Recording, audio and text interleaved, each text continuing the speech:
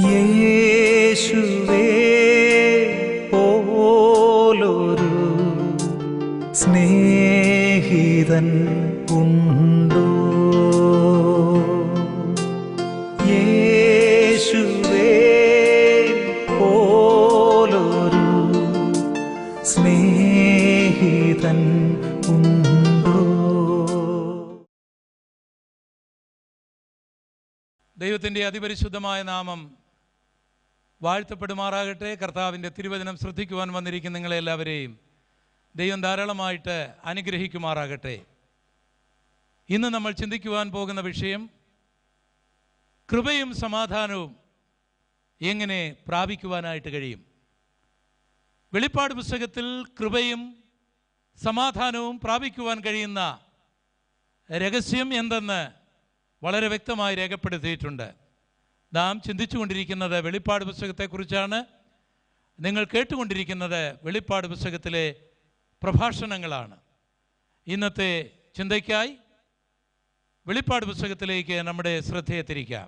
വെളിപ്പാട് പുസ്തകം 1-ാം അധ്യായം 4 മുതലുള്ള വാക്യങ്ങൾ ഞാനിവിടെ വായിക്കുന്നു. യോഹന്നാൻ ആസ്യയിലെ 7 സഭകൾക്ക് എഴുതുന്നത്: ഇരിക്കുന്നവനും ഇരുന്നവനും വരുന്നവനുമായെങ്കിൽ നിന്ന് അവൻ്റെ സിംഹാസനത്തിന് മുൻപിലുള്ള 7 ആത്മാക്കളുടെ പക്കൽ നിന്നും വിശ്വസ്ത സാക്ഷിയും മരിച്ചവരിൽ ആദ്യജാതനും ഭൂരാജാക്കന്മാർക്ക് അധിപതിയുമായ യേശുക്രിസ്തുവിങ്കൽ നിന്നും നിങ്ങൾക്ക് കൃപയും സമാധാനവും ഉണ്ടാകട്ടെ. കൃപയും സമാധാനവും ഉണ്ടാകട്ടെ എന്നുള്ള അനുഗ്രഹീതമായ ഒരാശംസ ഇരുന്നവനിൽ നിന്ന്, ഇരിക്കുന്നവനിൽ നിന്ന്, വരുന്നവനിൽ നിന്നുണ്ടാകട്ടെ. ഇത് പിതാവായ ദൈവത്തെക്കുറിച്ചുള്ള വിശദീകരണമാണ്. യെശയ്യാ പ്രവചനം 6-ാം അധ്യായത്തിൽ ദൈവം ഉയർന്നും പൊങ്ങിയുമുള്ള സിംഹാസനത്തിൽ ഇരിക്കുന്നതായി നമ്മൾ കാണുന്നുണ്ട്. വെളിപ്പാട് പുസ്തകത്തിലും ദൈവം സിംഹാസനരൂഢനായിരിക്കുന്നതായി നമ്മൾ കാണുന്നുണ്ട്. നമ്മുടെ വാഴ്ത്തപ്പെട്ടവനായ കർത്താവും തന്റെ ന്യായാസനത്തിൽ ഇരിക്കുന്നതായി കൊരിന്ത്യർ ലേഖനത്തിൽ രേഖപ്പെടുത്തിയിട്ടുണ്ട്. ക്രിസ്തുവിന്റെ ന്യായാസനം. നമ്മുടെ വാഴ്ത്തപ്പെട്ടവനായ കർത്താവ് തേജസ്സിന്റെ സിംഹാസനത്തിൽ ഇരിക്കും എന്ന് ബൈബിളിൽ രേഖപ്പെടുത്തിയിട്ടുണ്ട്. വിശുദ്ധ മത്തായിയുടെ സുവിശേഷം 25-ാം അധ്യായം. മാത്രമല്ല, യേശു കർത്താവ് ന്യായം വിധിക്കുവാൻ വെള്ള സിംഹാസനത്തിൽ ഇരിക്കുമെന്നും വെളിപ്പാട് പുസ്തകത്തിൽ രേഖപ്പെടുത്തിയിട്ടുണ്ട്. വെളിപ്പാട് പുസ്തകം 20-ാം അധ്യായം. ഇങ്ങനെ ദൈവം സിംഹാസനങ്ങളിൽ ആരൂഢനായിരിക്കുന്നു. സ്വർഗം ദൈവത്തിൻ്റെ സിംഹാസനമാണ്. ഭൂമി ദൈവത്തിൻ്റെ പാദപീഠമാണ്. അതുകൊണ്ട് ഏദൻസിൽ ധന്യനായ പൗലോസ്ലീഹ പ്രസംഗിച്ചതുപോലെ മനുഷ്യനിർമ്മിതമായ ഒന്നിലും ദൈവം വസിക്കുന്നില്ല. ദൈവത്തെ ഒരിടത്തും ഒതുക്കുവാനോ പൂട്ടിവെക്കുവാനോ സാധിക്കുകയില്ല. ദൈവത്തെ പ്രപഞ്ചത്തിന് പോലും ഉൾക്കൊള്ളുവാൻ കഴിയുകയില്ല. ഭൂഗോളം മുഴുവൻ ദൈവത്തിൻ്റെ ഒരു പാദപീഠം മാത്രമാണ്. ദൈവം സിംഹാസനത്തിൽ ഇരിക്കുന്നവനാണ്. കൃപയും സമാധാനവും ലഭിക്കുന്നത് സിംഹാസനസ്ഥനായ ദൈവത്തിൽ നിന്നാണ്. ഇരിക്കുന്നവനും ഇരുന്നവനും വരുന്നവനുമായ ദൈവം. ഈ ദൈവം പിതാവായ ദൈവമാണ്. പിതാവായ ദൈവം മാത്രമല്ല, പുത്രനായ ദൈവമാണ്. യോഹന്നാൻ 10-ൽ പറഞ്ഞിരിക്കുന്ന പോലെ ഈ പുത്രൻ തന്നെയാണ് പിതാവ്, ഈ പിതാവ് തന്നെയാണ് പുത്രൻ. മാനവലോകത്തിൻ്റെ രക്ഷയ്ക്ക് വേണ്ടി, മാനവലോകത്തെ രക്ഷിക്കേണ്ടതിന് വേണ്ടി ദൈവം പുത്രനായും ദൈവം പിതാവായും പ്രവർത്തിക്കുന്നു. യെശയ്യാ പ്രവചനം 9-ാം അധ്യായം 6-ാം വാക്യത്തിൽ നാം ഇങ്ങനെ വായിക്കുന്നു: നമുക്കൊരു ശിശു ജനിച്ചിരിക്കുന്നു, നമുക്കൊരു മകൻ നൽകപ്പെട്ടിരിക്കുന്നു. ആ മകൻ വീരനാം ദൈവമാണ്, നിത്യപിതാവാണ്, സമാധാന പ്രഭുവാണ്. ആധിപത്യം അവൻ്റെ തോളിലിരിക്കും. യേശു ദൈവമാണോ? യേശുവിന് ദൈവമാകാൻ കഴിയുമോ എന്നൊക്കെ ആരെങ്കിലും ചിന്തിക്കുന്നെങ്കിൽ ഓർത്തുകൊള്ളുക, യേശുവിനെ ആരും ദൈവമാക്കേണ്ട.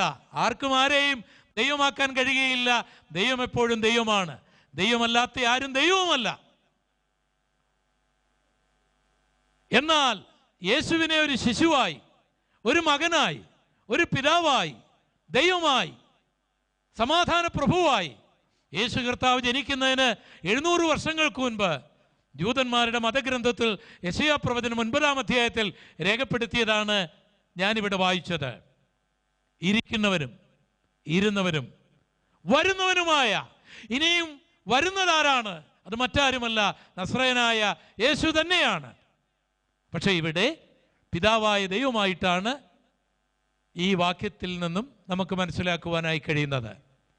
അങ്ങനെ ഇരിക്കുന്നവനും ഇരുന്നവനും വരുന്നവനുമായവൻ്റെ അടുക്കൽ നിന്ന് ആ പിതാവായ ദൈവത്തിൻ്റെ സിംഹാസനത്തിൻ്റെ മുൻപിലുള്ള 7 ആത്മാക്കളിൽ നിന്നും നിങ്ങൾക്ക് കൃപയും സമാധാനവും ഉണ്ടാകട്ടെ. അപ്പോൾ കൃപയും സമാധാനവും ഉണ്ടാകേണ്ടത് പരിശുദ്ധാത്മാവിൽ നിന്നാണ്. ഇവിടെ സിംഹാസനത്തിന് മുൻപിൽ നിൽക്കുന്ന 7 ആത്മാക്കൾ എന്ന് പറയുന്നത് പരിശുദ്ധാത്മാവിനെയാണ്. 7 ദീപങ്ങളായിട്ട് വെളിപ്പാട് പുസ്തകത്തിൽ നമുക്ക് വായിക്കുവാനായി കഴിയും. പരിശുദ്ധാത്മാവിനെ ഒരു കാറ്റിനോട്, പരിശുദ്ധാത്മാവിനെ പ്രാവിനോട്, പരിശുദ്ധാത്മാവിനെ വെള്ളത്തോട്, പരിശുദ്ധാത്മാവിനെ ദീപത്തോട് ഒക്കെ വേദപുസ്തകത്തിൽ ഉപമിച്ചിട്ടുണ്ട്. പിതാവ് എന്തുകൊണ്ട് പുത്രനായി പ്രവർത്തിച്ചു, പിതാവ് എന്തുകൊണ്ട് പരിശുദ്ധാത്മാവുമായി പ്രവർത്തിക്കുന്നു എന്ന ചോദ്യത്തിന് വളരെ വിശദീകരിച്ച് മറുപടി പറയേണ്ടതായിട്ടുണ്ട്. പിതാവായ ദൈവത്തിന് മാനവലോകത്തിന് വേണ്ടി മരിക്കുവാനൊക്കെയില്ല. കാരണം ദൈവം അടുത്തുകൂടാത്ത വെളിച്ചത്തിൽ വസിക്കുന്നവനാണ്. ദൈവത്തിൻ്റെ അടുക്കിലേക്ക് മനുഷ്യന് ചെല്ലുവാനായി കഴിയുകയില്ല. ദൈവമാണ് സൂര്യനെ സൃഷ്ടിച്ചത്, ദൈവമാണ് കോടാനുകോടി ഗോളങ്ങളെ സൃഷ്ടിച്ചത്. അതിൻ്റെ അടുക്കൽ മനുഷ്യന് ചെല്ലുവാൻ കഴിയുമോ? അങ്ങനെയെങ്കിൽ ആ സർവശക്തനായ ദൈവത്തിൻ്റെ അടുക്കൽ സൃഷ്ടികളായ മനുഷ്യന് എങ്ങനെ ചെല്ലുവാനായി കഴിയും? അല്ല, ദൈവം തൻ്റെ തനതായ ശക്തിയിൽ ഈ ഭൂമിയിലേക്ക് ഇറങ്ങി വന്നാൽ ഈ ഭൂഗോളത്തിന് നിലനിൽക്കുവാനായി കഴിയുമോ? അത് വെള്ളം പോലെ ഉരുകി മാറുകയില്ലേ? അതുകൊണ്ട് പിതാവായ ദൈവത്തെ ആരും കണ്ടിട്ടില്ല, കാണുവാനും കഴിയുകയില്ല, കാണുന്നവർ ആരും ജീവിക്കുകയുമില്ല. പിന്നെ മോശ കണ്ടത് എങ്ങനെയെന്ന് ചോദിച്ചാൽ ദൈവം തൻ്റെ പൂർണ്ണ ശക്തിയിലോ മഹത്വത്തിലോ അല്ല മോശ കണ്ടത്. ഇതുവരെയും പിതാവായ ദൈവത്തെ ആരും കണ്ടിട്ടില്ല, പുത്രനല്ലാതെ ആരും കണ്ടിട്ടില്ല, കാണുകയുമില്ല. നാം വീണ്ടെടുക്കപ്പെട്ട ശരീരം ലഭിച്ചതിന് ശേഷം മാത്രമേ അത് നമുക്ക് കാണുവാനായി കഴിയുകയുള്ളൂ. അപ്പോൾ ദൈവം ദൈവമായിരുന്നു കൊണ്ട്, ദൈവം പിതാവായിരുന്നു കൊണ്ട്, ദൈവം സർവശക്തനായിരുന്നു കൊണ്ട് ഭൂമിയിലേക്ക് വരുവാനോ യാഗമായി തീരുവാനോ സാധിക്കുകയില്ല. പക്ഷേ മാനവലോകത്തിൻ്റെ പാപം പരിഹരിക്കപ്പെടണമെങ്കിൽ, അവൻ രക്ഷിക്കപ്പെടണമെങ്കിൽ, അവൻ രക്ഷപ്പെടണമെങ്കിൽ, അടഞ്ഞുപോയ പരദീസയുടെ കവാടം അവന് വേണ്ടി തുറക്കപ്പെടണമെങ്കിൽ, സ്വർഗം അവന് വേണ്ടി ലഭിക്കണമെങ്കിൽ ദൈവം മനുഷ്യനായി വന്നേ മതിയാകൂ. അതുകൊണ്ടാണ് ദൈവം ഒരു മനുഷ്യനായി വന്നത്. യെശയ്യാ പ്രവചനത്തിൽ നാം വായിക്കുന്ന പോലെ നമുക്കൊരു ശിശു ജനിച്ചിരിക്കുന്നു, നമുക്ക് ഒരു മകൻ നൽകപ്പെട്ടിരിക്കുന്നു. ആരാണ് ഈ ശിശു? നിത്യപിതാവാണ്, വീരനാം ദൈവമാണ്. നിത്യപിതാവ് നിത്യപിതാവായിരുന്നാൽ, വീരനാം ദൈവം വീരനായ ദൈവമായിരുന്നാൽ ശിശുവാകാനായി കഴിയുകയില്ല, മകനാകാനായി കഴിയുകയില്ല.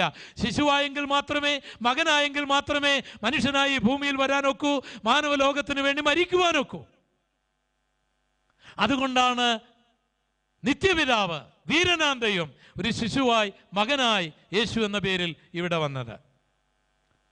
ഈ യേശു തന്നെയാണ്, അല്ലെങ്കിൽ ഈ പിതാവായ ദൈവം തന്നെയാണ് പരിശുദ്ധാത്മാവായിട്ട് പ്രവർത്തിക്കുന്നത്. അതെന്തുകൊണ്ടാണ്? ദൈവം മനുഷ്യ ഹൃദയങ്ങളിലാണ് വസിക്കുന്നത്. പിതാവായ ദൈവത്തിന് തൻ്റെ പൂർണ്ണമായ ആകാരത്തിൽ, തൻ്റെ പൂർണ്ണ രൂപത്തിൽ ഒരു ഹൃദയത്തിൽ വസിക്കാൻ ഒക്കുമോ?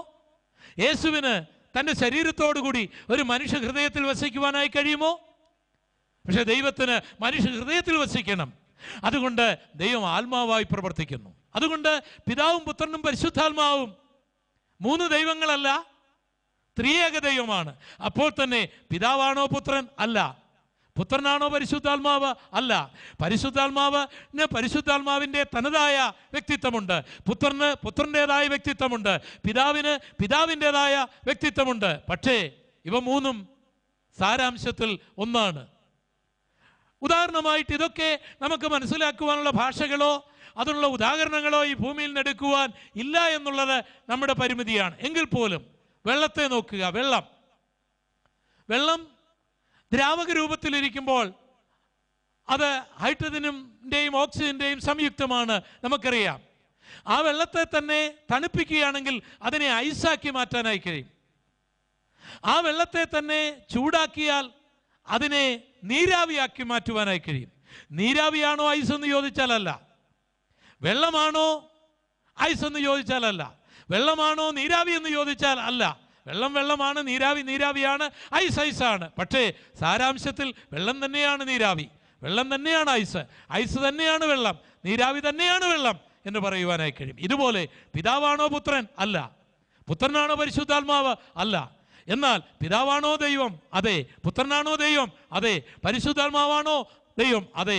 മാനവലോകത്തിൻ്റെ രക്ഷയ്ക്ക് വേണ്ടി ദൈവം ത്രിത്വ നിലയിൽ പ്രവർത്തിക്കുന്നു. അതുകൊണ്ടാണ് ഇവിടെ രേഖപ്പെടുത്തിയിരിക്കുന്നത്, ഇരുന്നവനും ഇരിക്കുന്നവനും വരുന്നവനുമായവങ്കിൽ നിന്ന് അവൻ്റെ സിംഹാസനത്തിന് മുൻപിലുള്ള 7 ആത്മാക്കളിൽ നിന്ന്. മാത്രമല്ല ഇനി പുത്രനെ കുറിച്ച് പറഞ്ഞിരിക്കുന്ന ആ വർണ്ണന ശ്രദ്ധിക്കുക.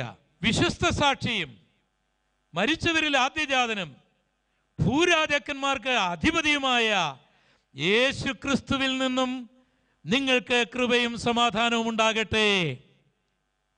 പിതാവായ ദൈവത്തിൽ നിന്ന്, പരിശുദ്ധാത്മാവിൽ നിന്ന്, പുത്രനായ യേശുവിൽ നിന്ന് നിങ്ങൾക്ക് കൃപയും സമാധാനവും ഉണ്ടാകട്ടെ. ആരാണ് ഈ പുത്രൻ? വിശ്വസ്ത സാക്ഷി, മരിച്ചവരിൽ നിന്ന് ആദ്യജാതൻ, ഭൂരാജാക്കന്മാർക്ക് അധിപതി. യേശുവിനെ കുറിച്ച് സാധാരണ മനുഷ്യർക്ക് പരിമിതമായ ഒരറിവാണുള്ളത്. ഞാനൊരു സത്യം നിങ്ങളോട് പറയട്ടെ. ഭൂമിയിൽ നാളിതുവരെ ജനിച്ച ഒരു മനുഷ്യനുമായിട്ട് യേശുവിനെ താരതമ്യപ്പെടുത്തരുത്. കാരണം അങ്ങനെ ചെയ്താൽ അത് യേശുവിനെ അപമാനിക്കുന്നതാണ്. യേശുവിനെ പോലെ എല്ലാ നിലകളിലും ശ്രേഷ്ഠനായ ഒരുവനും ഈ പ്രപഞ്ചമുണ്ടായതിനു ശേഷം ഈ ഭൂമിയിൽ ജനിച്ചിട്ടില്ല, ഇപ്പോൾ ജീവിക്കുന്നില്ല, നാളെ ജനിക്കുകയുമില്ല. യേശു ആരെക്കാളും അതുല്യനാണ്. അവൻ ഭൂമിയിലെ സകല മനുഷ്യരെക്കാളും ഈ പ്രപഞ്ചത്തെക്കാളും വലിയവനാണ്. അവൻ ഉന്നതനാണ്, 10,000ങ്ങളിൽ അതിശ്രേഷ്ഠനാണ്. യേശു ജനിച്ചതുപോലെ ആരും ജനിച്ചിട്ടില്ല. യേശു ജീവിച്ചതുപോലെ ആരും ജീവിച്ചിട്ടില്ല. യേശു പ്രസംഗിച്ചതുപോലെ ആരും പ്രസംഗിച്ചിട്ടില്ല. യേശു പ്രവർത്തിച്ചതുപോലെ ആരും പ്രവർത്തിച്ചിട്ടില്ല. യേശു മരിച്ചതുപോലെ ആരും മരിച്ചിട്ടില്ല. യേശു ഉയർത്തെഴുന്നേറ്റതുപോലെ ആരും ഉയർത്തെഴുന്നേറ്റില്ല. യേശു ഇന്ന് ജീവിക്കുന്ന പോലെ ആരും ജീവിക്കുന്നില്ല. അതുകൊണ്ട് അവൻ അതുല്യനാണ്. അവനെ കേവലം സ്ത്രീ പുരുഷ ഇഷ്ടത്താൽ ജനിച്ച ഒരു മനുഷ്യനുമായിട്ട് താരതമ്യപ്പെടുത്തി യേശു കർത്താവിനെ അപമാനിക്കരുത്. എൻ്റെ യേശു വിശ്വസ്ത സാക്ഷിയാണ്. താൻ ഒരിക്കലും കള്ളം പറഞ്ഞിട്ടില്ല, അതിശോക്തി പറഞ്ഞിട്ടില്ല. താൻ വിശ്വസ്ത സാക്ഷിയാണ്. കോടതിയിലൊക്കെ സാക്ഷ്യം പറയുന്നവരുണ്ട്. പറയുന്നതെല്ലാം ചിലപ്പോൾ ശരിയാകാം, ചിലതൊക്കെ കള്ളസാക്ഷിയാകാം, പണം മേടിച്ചുകൊണ്ടാവാം. എന്നാൽ യേശു വിശ്വസ്ത സാക്ഷിയാണ്. യേശു വിശ്വസ്ത സാക്ഷി എന്ന് പറയുമ്പോൾ എന്താണ്? സ്വർഗമുണ്ട് എന്ന് യേശു പറഞ്ഞു. അത് സത്യമാണ്. താൻ സ്വർഗം കണ്ടിട്ടുണ്ട്. അതുകൊണ്ട് സ്വർഗമുണ്ടെന്ന് നമുക്ക് വിശ്വസിക്കാം. ആ കാര്യത്തിൽ യേശു വിശ്വസ്ത സാക്ഷിയാണ്. മനുഷ്യന് ആത്മാവുണ്ടെന്ന് യേശു പറഞ്ഞു. യേശു മനുഷ്യന്റെ ആത്മാവിനെ കണ്ടിട്ടുണ്ട്. അത് സർവ്വലോകത്തെക്കാളും വിലയേറിയതാണ് എന്ന് യേശു പറഞ്ഞു. അതുകൊണ്ട് മനുഷ്യനിൽ ഒരു ആത്മാവുണ്ട് എന്ന് നമുക്ക് വിശ്വസിക്കാം. കാരണം യേശുവിൻ്റെ സാക്ഷ്യം സത്യമാണ്. മരണാനന്തരം ഒരു ജീവിതമുണ്ട് എന്ന് യേശു പറഞ്ഞു. കാരണം യേശു മരിച്ചു, യേശു മരണാനന്തരം ഉയർത്തെഴുന്നേറ്റു, യേശു പാതാളത്തിൽ ആത്മലോകത്തിൽ പോയി. അതുകൊണ്ട് മരണാനന്തരം ഒരു ജീവിതമുണ്ടെന്നും മരണാനന്തരം മനുഷ്യൻ്റെ ആത്മാവിന് ഒരു നിലനിൽപ്പുണ്ടെന്നും ആത്മലോകമുണ്ടെന്നും യേശു പറഞ്ഞ സാക്ഷ്യം സത്യമാണ്. താൻ വിശ്വസ്ത സാക്ഷിയാണ്, താൻ കള്ളം പറയുകയില്ല. മാത്രമല്ല, പാപം ചെയ്യുന്നവർക്ക് ഒരു ന്യായവിധിയുണ്ട്, ഒരു നരകമുണ്ട് എന്ന് യേശു പറഞ്ഞിട്ടുണ്ട്. താൻ വിശ്വസ്ത സാക്ഷിയാണ്, താൻ കള്ളം പറയുകയില്ല, താൻ നരകം കണ്ടിട്ടുണ്ട്. വിശ്വസ്തമായി ജീവിക്കുന്നവർക്ക് ഒരു സ്വർഗമുണ്ടെന്ന് യേശു സാക്ഷ്യം പറഞ്ഞു. ദൂതന്മാരുണ്ട് എന്ന് യേശു സാക്ഷ്യം പറഞ്ഞു. നമുക്കത് വിശ്വസിക്കുവാൻ കഴിയും. കാരണം യേശു തന്നെ കണ്ണുകൊണ്ട് കണ്ടതാണത്. യേശു കള്ളം പറയുകയില്ല, യേശു ചതിക്കുകയില്ല, യേശു വഞ്ചിക്കുകയില്ല, യേശു അതിശോക്തി പറയുകയില്ല. അതുകൊണ്ട് യേശു പറഞ്ഞതെല്ലാം സത്യമാണ്. മത്തായി, മർക്കോസ്, ലൂക്കോസ്, യോഹന്നാൻ ലേഖനങ്ങൾ, വെളിപ്പാട് പുസ്തകങ്ങളിലൊക്കെ യേശു കർത്താവ് പറഞ്ഞ അനവധി കാര്യങ്ങൾ രേഖപ്പെടുത്തിയിട്ടുണ്ട്. അത് നിങ്ങൾക്ക് കണ്ണടച്ച് വിശ്വസിക്കാം. കാരണം അത് യേശു പറഞ്ഞതാണ്. യേശു വിശ്വസ്ത സാക്ഷിയാണ്. മാത്രമല്ല, യേശു മരിച്ചവരിൽ ആദ്യജാതനാണ്. ഇവിടെ അനേക മഹാരഥന്മാർ ജനിച്ചിട്ടുണ്ട്, ജീവിച്ചിട്ടുണ്ട്, ജനങ്ങളെ അത്ഭുതപ്പെടുത്തിയിട്ടുണ്ട്, ആകർഷിച്ചിട്ടുണ്ട്, അത്ഭുതങ്ങൾ നടത്തിയിട്ടുണ്ട്, ജനലക്ഷങ്ങളെ ആകർഷിച്ചിട്ടുണ്ട്, അവരുടെയൊക്കെ ആരാധന സ്വീകരിച്ചിട്ടുണ്ട്. എന്നാൽ ഒരു ദിവസം മനുഷ്യരെ പോലെ അവരും മരിച്ചു, അവരെയും കൊണ്ടുപോയി അടക്കം ചെയ്തു. അങ്ങനെയായിരുന്നില്ല യേശുവിൻ്റെ മരണം. യേശു എപ്പോൾ മരിക്കുമെന്ന് പറഞ്ഞു, എങ്ങനെ മരിക്കുമെന്ന് പറഞ്ഞു, എവിടെ മരിക്കുമെന്ന് പറഞ്ഞു, എന്തിനു മരിക്കുമെന്ന് പറഞ്ഞു. യേശു പറഞ്ഞതുപോലെ പറഞ്ഞ സ്ഥലത്ത്, പറഞ്ഞ സമയത്ത്, പറഞ്ഞ രീതിയിൽ യാഗമായി. മാത്രമല്ല, യേശു ജീവിച്ചിരുന്നപ്പോൾ തന്നെ പറഞ്ഞു, ഞാൻ 3-ാം നാൾ ഉയർത്തെഴുന്നേൽക്കുമെന്ന്. ആവർത്തിച്ച് യേശു ഇത് പറഞ്ഞു. അതുകൊണ്ട് ക്രൂശിൽ യേശു യാഗമായി കഴിഞ്ഞു. യേശുവിനെ മന്ത്രി അരിമത്യക്കാരനായ യോസഫിന്റെ കല്ലറയിൽ അടക്കം ചെയ്തു. പക്ഷേ ജൂതന്മാർക്ക് ഉറക്കം വന്നില്ല. കാരണം യേശുവിൻ്റെ പ്രസംഗം അവരുടെ കാതുകളിൽ മുഴങ്ങുന്നുണ്ടായിരുന്നു. യേശു പറഞ്ഞു, ഞാൻ 3-ാം നാൾ ഉയർത്തെഴുന്നേൽക്കുമെന്ന്. അവർ വേഗം അന്റോണിയ ഫോർട്ടറസിൽ ഗവർണർ പീലാത്തോസിനെ കാണുവാനായിട്ട് പോയി. പീലാത്തോസിനോട് പറഞ്ഞു, ഗവർണർ, യേശു ജീവിച്ചിരുന്ന കാലത്ത് 3-ാം നാൾ ഉയർക്കുമെന്ന് പ്രസംഗിച്ചിട്ടുണ്ട്. അത് ഞങ്ങൾക്കിപ്പോൾ ഓർമ്മ വരുന്നു. അതുകൊണ്ട് അവൻ ഉയർക്കാതിരിക്കേണ്ടതിന് വേണ്ടി ഞങ്ങൾക്കൊരു സഹായം ചെയ്യണം. ഗവർണർ ഒന്ന് പുഞ്ചിരിച്ചിട്ട് ചോദിച്ചു, എന്ത് സഹായം വേണം? അതിന് റോമൻ പട്ടാളക്കാരെ ആയുധവുമായിട്ട് ആ കല്ലറ കാവൽ കാക്കേണ്ടതിന് അയക്കണം. അതുമാത്രമല്ല, റോമൻ മുദ്ര കൊണ്ട് ആ കല്ലറ സീൽ ചെയ്യണം. ഗവർണർ പറഞ്ഞു, പട്ടാളക്കാരെ തരാം, സീലും തരാം, ഉറപ്പിക്കാമെങ്കിൽ ഉറപ്പിച്ചോളാൻ പറഞ്ഞു. അങ്ങനെ കരുത്തന്മാരായ റോമൻ പട്ടാളക്കാർ, ആയുധധാരികൾ, ആ കല്ലറയ്ക്ക് ചുറ്റും കാവൽ നിന്നു. റോമൻ മുദ്ര അതിൽ കുത്തി. അക്കാലങ്ങളിൽ റോമൻ മുദ്ര പൊട്ടിക്കുന്ന ഒരാൾക്ക് ജയിൽ ശിക്ഷയല്ല, വധശിക്ഷയാണ് ഏറ്റവും കുറഞ്ഞ ശിക്ഷ. അതാരും പൊട്ടിക്കുകയില്ല, അറിവുള്ളവരാരും പൊട്ടിക്കുകയില്ല, അവിടെ കാവൽക്കാരില്ലെങ്കിൽ പോലും പൊട്ടിക്കുകയില്ല. അത്ര ഭയമാണ് അന്നത്തെ ഭരണകൂടത്തെ. പക്ഷേ യേശു പറഞ്ഞ പോലെ തന്നെ 3-ാം നാൾ യേശു ഉയർത്തെഴുന്നേറ്റു. ഒരു വലിയ ഭൂകമ്പമുണ്ടായി. പട്ടാളക്കാർ ഓടി മാറി, ദൂതന കല്ലുരുട്ടി മാറ്റി. യേശു കർത്താവ് ഉയർത്തെഴുന്നേറ്റു. ആ കല്ലറ ഇന്നും തുറന്നു കിടക്കുകയാണ്. ഞാൻ ആ കല്ലറയുടെ ഉള്ളിൽ കയറിയിട്ടുണ്ട്. ഞാൻ ആ കല്ലറയുടെ മുൻപിൽ നിന്ന് പ്രസംഗം പരിഭാഷപ്പെടുത്തിയിട്ടുണ്ട്, പ്രസംഗിച്ചിട്ടുണ്ട്.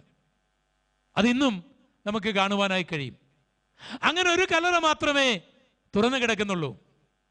ഞാൻ ഈജിപ്തിലെ ഫറവോന്മാരെ അടക്കിയ പിരമിഡിൽ പോയിട്ടുണ്ട്. അവരുടെ ചേംബറുകൾ, അവരെ അടക്കിയ ചേംബറുകൾ കണ്ടിട്ടുണ്ട്. പക്ഷേ ഉയർത്തെഴുന്നേറ്റ ഒരു ഫറവോൻ അവിടെയില്ല.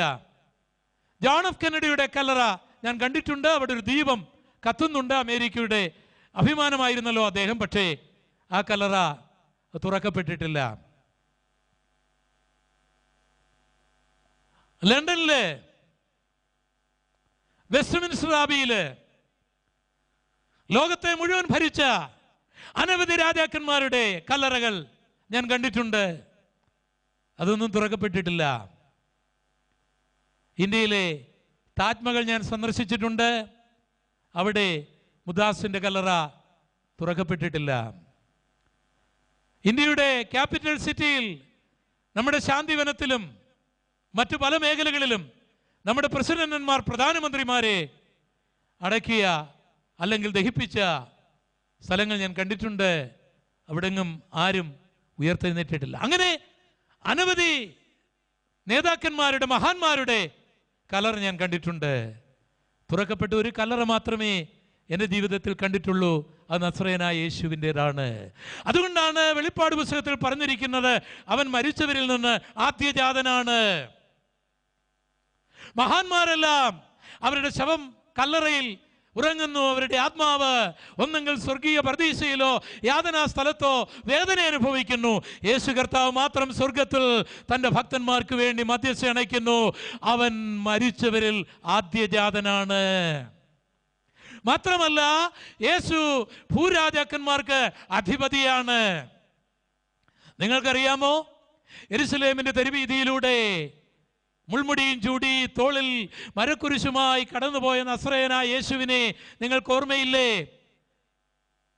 ജെറുസലേമിലെ റോമാക്കാരുടെ പട്ടാള ആസ്ഥാനമായിരുന്ന അന്റോണിയ ഫോർട്രസസിൽ യേശുവിനെ പരിഹസിക്കേണ്ടതിന് ഒരു ചുവന്ന വസ്ത്രം ധരിപ്പിച്ച്, കിരീടത്തിന് പകരമായ ഒരു മുൾമുടി ചൂടി, കയ്യിലൊരു കോലും പിടിപ്പിച്ച് രാജാവേ ജയ ജയ എന്ന് യേശുവിനെ പരിഹസിച്ചത് യോഹന്നാന്റെ സുവിശേഷത്തിൽ രേഖപ്പെടുത്തിയിട്ടുണ്ട്. യേശു ഒന്നും പറഞ്ഞില്ല. എന്നാൽ ഈ യേശു കർത്താവിനെ രാജാവായി അഭിഷേകം ചെയ്യുന്ന ഒരു സമയമുണ്ട്. ദാനിയേൽ പ്രവചനം 7-ാം അധ്യായത്തിൽ, വെളിപ്പാട് പുസ്തകം 19-ാം അധ്യായത്തിൽ അത് ഭംഗിയായി രേഖപ്പെടുത്തിയിട്ടുണ്ട്. അത് ഇവിടെങ്ങുമല്ല. ഈ ആകാശമണ്ഡലത്തിനപ്പുറേ, നക്ഷത്രമണ്ഡലങ്ങൾക്കപ്പുറേ, സ്വർഗാദി സ്വർഗത്തിൽ കോടാനുകോടി ദൂതന്മാരുടെ മധ്യത്തിൽ, മീഖായേലിന്റെ അടുക്കൽ, ഗബ്രിയേലിന്റെ അടുക്കൽ, കോടാനുകോടി വിശുദ്ധന്മാരുടെ അടുക്കൽ യേശു കർത്താവിനെ ആരാധിച്ചു കൊണ്ടിരുന്ന, എണ്ണിത്തീർക്കുവാൻ കഴിയാത്ത തൻ്റെ ഭക്തന്മാരുടെ മധ്യത്തിൽ പ്രപഞ്ചത്തിന്റെ സൃഷ്ടിതാവായ പിതാവായ ദൈവം തന്നെ രാജാവായിട്ട്, ഭൂമിയുടെ രാജാവായിട്ട് പ്രഖ്യാപിക്കുന്ന ഒരു ദിവസമുണ്ട്. രാജകിരീടം പിതാവായ ദൈവം തൻ്റെ കരം കൊണ്ട് തൻ്റെ ഓമന മകൻ്റെ ശിരസിൽ വെക്കുന്ന ഒരു സന്ദർഭമുണ്ട്. ആ മഹാരാജാവായ ഭൂരാജാക്കന്മാരുടെ അധിപതിയായ യേശുക്രിസ്തുവും തൻ്റെ സഭയും ഭൂമിയിലേക്ക് ഇറങ്ങി വരുന്ന ഒരു രംഗം വെളിപ്പാട് പുസ്തകം 19-ാം അധ്യായത്തിൽ രേഖപ്പെടുത്തിയിട്ടുണ്ട്. വെളിപ്പാട് പുസ്തകത്തെ ആധാരമാക്കിയുള്ള ഈ പ്രസംഗ പരമ്പരയുടെ അവസാന എപ്പിസോഡിലേക്ക് വരുമ്പോൾ അതിനെക്കുറിച്ചുള്ള കൂടുതൽ വിശദീകരണം നമുക്ക് ശ്രദ്ധിക്കുവാനായി കഴിയും. ഇവിടുത്തെ ബ്രിട്ടീഷ് സാമ്രാജ്യം നിലനിന്ന കാലത്ത് സൂര്യൻ അസ്തമിക്കാത്ത സാമ്രാജ്യമായിരുന്നു അവരുടേതെങ്കിലും ഭൂമിയിലെ എല്ലാ രാജ്യങ്ങളെയും അവർക്ക് ഭരിക്കുവാനായി കഴിഞ്ഞില്ല. ഇന്ത്യ മുതൽ എത്യോപ്യ വരെ 120-ലധികം രാജ്യങ്ങളെ മഹാനായ ഇറാന്റെ സൈറസിന് ഭരിക്കുവാൻ കഴിഞ്ഞെങ്കിലും ഭൂമിയെ മുഴുവൻ അദ്ദേഹത്തിന് ഭരിക്കുവാൻ കഴിഞ്ഞില്ല. മാസിഡോണിയയിലെ ഫിലിപ്പിന്റെ മകനായ മഹാനായ അലക്സാണ്ടറിന് ഗ്രീക്ക് സാമ്രാജ്യം ഇവിടെ ഉണ്ടാക്കുവാൻ കഴിഞ്ഞു. നമ്മുടെ ഇന്ത്യയുടെ പഞ്ചാബിന്റെ മേഖല പോലും അദ്ദേഹത്തിന് വെട്ടിപ്പിടിക്കുവാൻ കഴിഞ്ഞുവെങ്കിലും ഭൂലോകത്തെ മുഴുവൻ ഭരിക്കുവാനായി കഴിഞ്ഞില്ല. എന്നാൽ ഞാൻ പ്രസംഗിക്കുന്ന യേശു ഭൂരാജാക്കന്മാരുടെ അധിപതിയാണ്. അവൻ ഭൂമിയെ മുഴുവൻ ഭരിക്കുന്ന ഒരു കാലമുണ്ടാകും. ഇന്ത്യയെ മാത്രമല്ല, പാകിസ്ഥാനെ മാത്രമല്ല, ചൈനയെ മാത്രമല്ല, റഷ്യയെ മാത്രമല്ല, യൂറോപ്പിനെ മാത്രമല്ല, അമേരിക്കയെ മാത്രമല്ല, ഓസ്ട്രേലിയ മാത്രമല്ല, ആഫ്രിക്കയെ മാത്രമല്ല, ഭൂമിയിലെ മുഴുവൻ രാജ്യത്തെയും അവൻ 1000 വർഷം ഭരിക്കുമെന്ന് വെളിപ്പാട് പുസ്തകം 20-ാം അധ്യായത്തിൽ രേഖപ്പെടുത്തിയിട്ടുണ്ട്. യേശു ഭൂരാജാക്കന്മാരുടെ അധിപതിയാണ്. അങ്ങനെ ഇരുന്നവനും ഇരിക്കുന്നവനും വരുന്നവനുമായവെങ്കിൽ നിന്ന് അവന്റെ സിംഹാസനത്തിന് മുൻപിലുള്ള 7 ആത്മാക്കളിൽ നിന്ന് വിശ്വസ്ത സാക്ഷിയും മരിച്ചവരിൽ ആദ്യജാതനും ഭൂരാജാക്കന്മാർക്ക് അധിപതിയുമായ യേശു ക്രിസ്തുവിൽ നിന്നും നിങ്ങൾക്ക് കൃപയും സമാധാനവും ഉണ്ടാകട്ടെ. യഥാർത്ഥ കൃപ, യഥാർത്ഥ സമാധാനം പിതാവിൽ നിന്ന്, പരിശുദ്ധാത്മാവിൽ നിന്ന്, പുത്രനിൽ നിന്ന് ലഭിക്കുന്നതാണ്. മറ്റുള്ള സമാധാനങ്ങളെല്ലാം വരും പോകും. മറ്റുള്ള സമാധാനങ്ങളെല്ലാം ചെറുതാണ്. എന്നാൽ ഈ സമാധാനം ഒരിക്കലും പോകുകയില്ല. ജീവിതത്തിൻ്റെ കഷ്ടതയിൽ, വേദനയിൽ, രോഗത്തിൽ, ദുഃഖത്തിൽ, മരണത്തിൽ, കുടുംബ തകർച്ചയിൽ, ജീവിതത്തിൻ്റെ ഭാരങ്ങളിൽ പിടിച്ചു നിൽക്കുവാൻ കഴിയുന്ന സമാധാനമാണ് ദൈവം നൽകുന്ന സമാധാനം, ത്രിത്വം നൽകുന്ന സമാധാനം. ആ സമാധാനമാണ് സ്നേഹിത നിനക്ക് വേണ്ടത്. ഇംഗ്ലണ്ടിലെ ഡയാന സുന്ദരിയായിരുന്നു, രാജകുമാരിയായിരുന്നു, വെയിൽസിന്റെ റാണിയായിരുന്നു. പക്ഷേ അതൊന്നും അവളുടെ ജീവിതത്തിൽ സമാധാനം കൊണ്ടുവന്നില്ല. അവൾ ഒരു പളുങ്ക് പാത്രം തകരുന്നത് പോലെ തകർന്നുപോയി. കേരളത്തിൻ്റെ സിൽക്ക് സിമിത അനേക ആൾക്കാർക്ക് ഹരമായിരുന്നു. പക്ഷേ അവൾ ആത്മഹത്യ ചെയ്തു. അരിസ്റ്റോട്ടിൽ ഒനാസിസ് വലിയൊരു കോടീശ്വരനായിരുന്നു. അയാൾ ആത്മഹത്യ ചെയ്തു. പണമോ സൗന്ദര്യമോ ഒന്നും സമാധാനമുണ്ടാക്കുകയില്ല. അധികാരങ്ങൾ സമാധാനമുണ്ടാക്കിയില്ല. യൂറോപ്പിനെ മുഴുവൻ വിറപ്പിച്ച, ലോകത്തെ മുഴുവൻ പിടിച്ചടക്കുവാൻ പോയ ഹിറ്റ്ലർ അവസാനം ആത്മഹത്യ ചെയ്തു. അയാളുടെ അധികാരങ്ങൾ അയാൾക്ക് പ്രയോജനമുണ്ടായില്ല, സമാധാനം കൊടുത്തില്ല. പ്രിയ സ്നേഹിത, ഭരണകർത്താവാണെങ്കിലും സൗന്ദര്യമുണ്ടെങ്കിലും പണമുണ്ടെങ്കിലും അധികാരമുണ്ടെങ്കിലും സമാധാനമുണ്ടാകണമെന്നില്ല.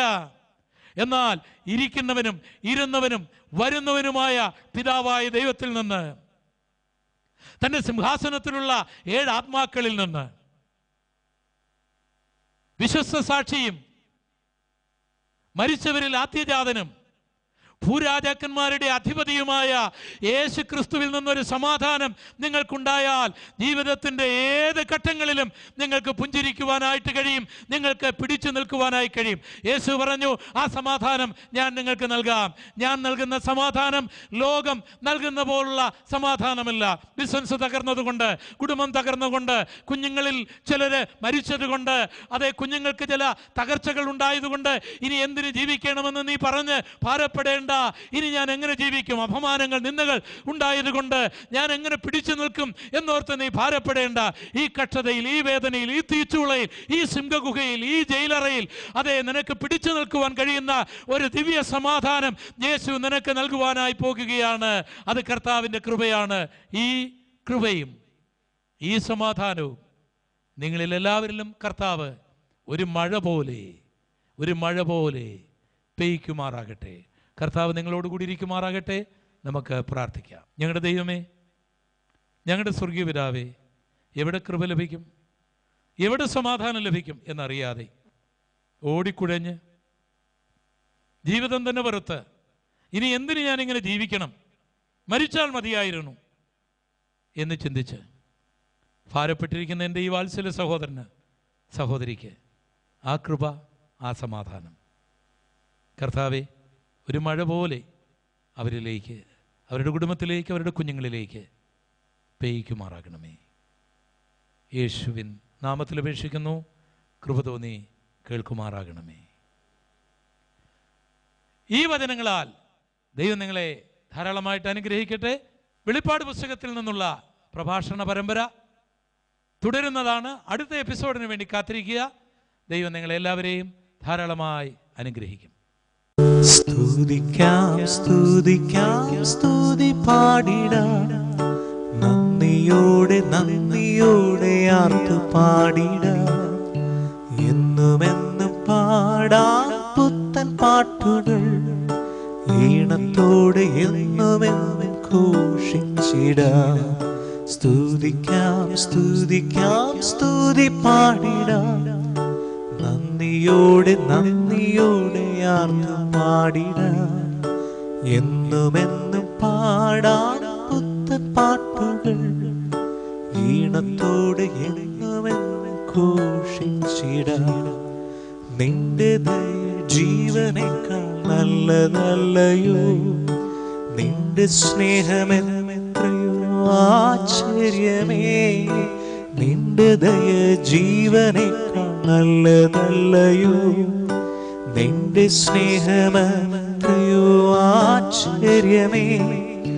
കഷ്ടതയിൽ കരം പിടിച്ചു നടത്തിയിടുന്ന നിന്റെ സ്നേഹമെത്രയോ മാധുര്യമേ. കഷ്ടതയിൽ കരം പിടിച്ചു നടത്തിയിടുന്ന നിന്റെ സ്നേഹമെത്രയോ മാധുര്യമേ. സ്തുതിക്കാം സ്തുതിക്കാം സ്തുതി പാടിടാം, നന്ദിയോടെ നന്ദിയോടെ ആർത്തു പാടിടാം. എന്നുമെന്നും പാടാം പുത്തൻ പാട്ടുകൾ, ഈണത്തോടെ എന്നുമെന്നും ഘോഷിച്ചിടാം. എന്നുമെന്നും പാടാം പുത്തൻ പാട്ടുകൾ, ഈണത്തോടെ എന്നുമെന്നും ഘോഷിച്ചിടാം. ഗോഡ്ലി ലിങ്ക് പ്രസൻസ് രാഷ്ട്രീയ പ്രവചനങ്ങൾ, ശാസ്ത്രീയ പ്രവചനങ്ങൾ. പാലസ്തീൻ ഇസ്രയേൽ പ്രശ്നങ്ങൾ 3000 വർഷങ്ങൾക്ക് മുമ്പേ പ്രവാചകന്മാർ പ്രവചിച്ചതാണ്. ഭീകരപ്രവർത്തനങ്ങളും ഭൂകമ്പങ്ങളും മഹാരോഗങ്ങളും സുനാമിയും ആഗോളതാപനവും ഉണ്ടാകുമെന്ന് യേശു പ്രവചിച്ചിരുന്നു. രാജഭരണം തകരുമെന്നും ജനാധിപത്യ ഭരണം വരുമെന്നും ഭരണകൂടങ്ങൾ ഉറപ്പില്ലാതെ ഇളകുമെന്നും ഒബാമയെപ്പോലുള്ളവർ ഭരിക്കുമെന്നും 3000 വർഷങ്ങൾക്ക് മുമ്പേ ബൈബിൾ പ്രസ്താവിച്ചു. മനുഷ്യന്റെ ബഹിരാകാശ യാത്രകൾ, ടെലിവിഷൻ, കമ്പ്യൂട്ടർ, യന്ത്രമനുഷ്യൻ തുടങ്ങി ശാസ്ത്രീയ പുരോഗമനങ്ങൾ ബൈബിൾ പ്രവചനങ്ങളുടെ നിവൃത്തിയാണ്.